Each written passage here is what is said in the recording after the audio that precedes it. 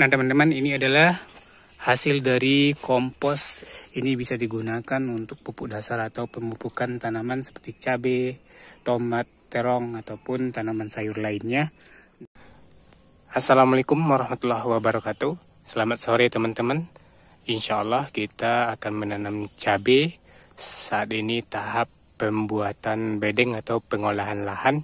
Masalahnya saat ini yaitu ketersediaan pupuk dasar, kohe ataupun pupuk kandang yang terbatas teman-teman. Jadi di sini udah memberikan alternatif untuk teman-teman gimana caranya membuat pupuk kompos organik sebagai pupuk dasar tanaman cabai atau bedengan nantinya dengan menggunakan pohon pisang teman-teman. Jadi insya Allah ini lebih irit, yang mana biasanya kalau udah untuk 2000 pohon biasanya lebih kurang itu sekitar 1 sampai 1,5 ton pupuk kohe.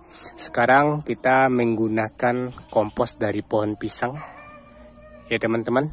Jadi gimana caranya di sini udah akan bahas.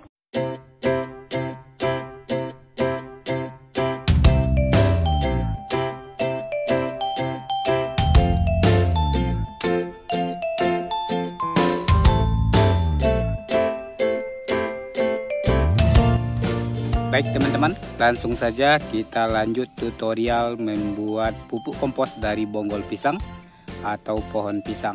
Kebetulan sudah membuat stok yang banyak ya teman-teman. Nah sekarang udah contohkan dengan sedikit bahan.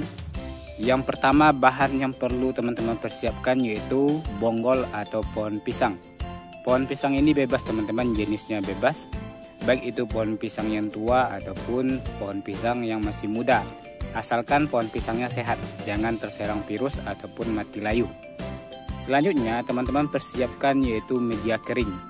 Jadi media kering ini bisa teman-teman gunakan yaitu seperti tanah humus, serasah daun kering, arang sekam, abu sisa pembakaran. Nah, teman-teman bisa pilih salah satunya atau teman-teman kombinasikan semua media kering yang teman-teman peroleh di lingkungan sekitar. Dari kedua bahan ini kita akan satukan nanti teman-teman. Dan dua bahan ini memiliki fungsi ataupun saling ketergantungan. Yang mana bonggol pisang ini mengandung banyak air, kadar air, dan akan mudah terfermentasi atau mudah kompos jika dicampur dengan tanah ataupun media kering. Sedangkan tanah ataupun serasah kering ini banyak sekali di sana terdapat mikro pengurai atau mikroorganisme penubur tanah. Lanjut teman-teman, langkah selanjutnya terlebih dahulu kita cacah atau kita haluskan bonggol pisang menggunakan pisau atau kalau ada mesin pecacah lebih bagus.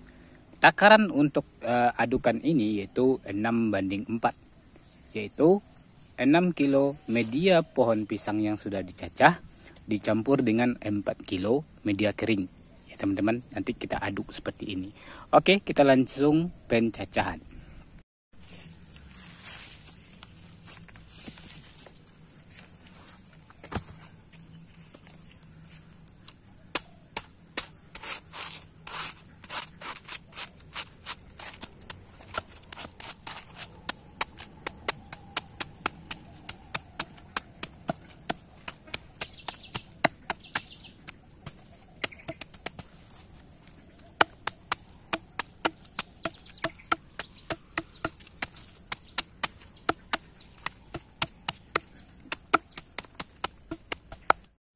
Nah teman-teman, setelah media pohon pisang kita cacah, usahakan sehalus mungkin ya, lebih halus dari ini. Selanjutnya kita langsung mixing atau pencampuran media kering. Jadi perbandingannya 6:4.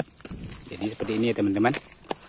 Nah, pencampuran ini akan berguna mempercepat pengomposan atau agar bonggol ataupun pohon pisang ini cepat kering teman-teman. Nah, mudah sekali kan? Oke, kalau sudah tercampur nanti sekiranya sudah merata, teman-teman langsung lakukan pengomposan. Ini pengomposannya secara alami tanpa ada dekomposer ataupun EM4. Jadi untuk pengomposan teman-teman bisa tutup dengan terpal atau diletakkan di tempat yang teduh, tidak terkena hujan. Kalau terkena paparan matahari tidak apa-apa teman-teman. Ya. Nanti ini akan seperti ini teman-teman. Jadi proses pengomposan berkisaran 10-15 hari sudah bisa digunakan. Seperti ini teman-teman. Nah teman-teman, setelah kita komposkan selama minimal 15 hari, pupuknya sudah bisa kita aplikasikan ke tanaman terong. Ini sebenarnya bisa digunakan sebagai pupuk dasar agar nanti tidak terserang yang namanya jamur patogen.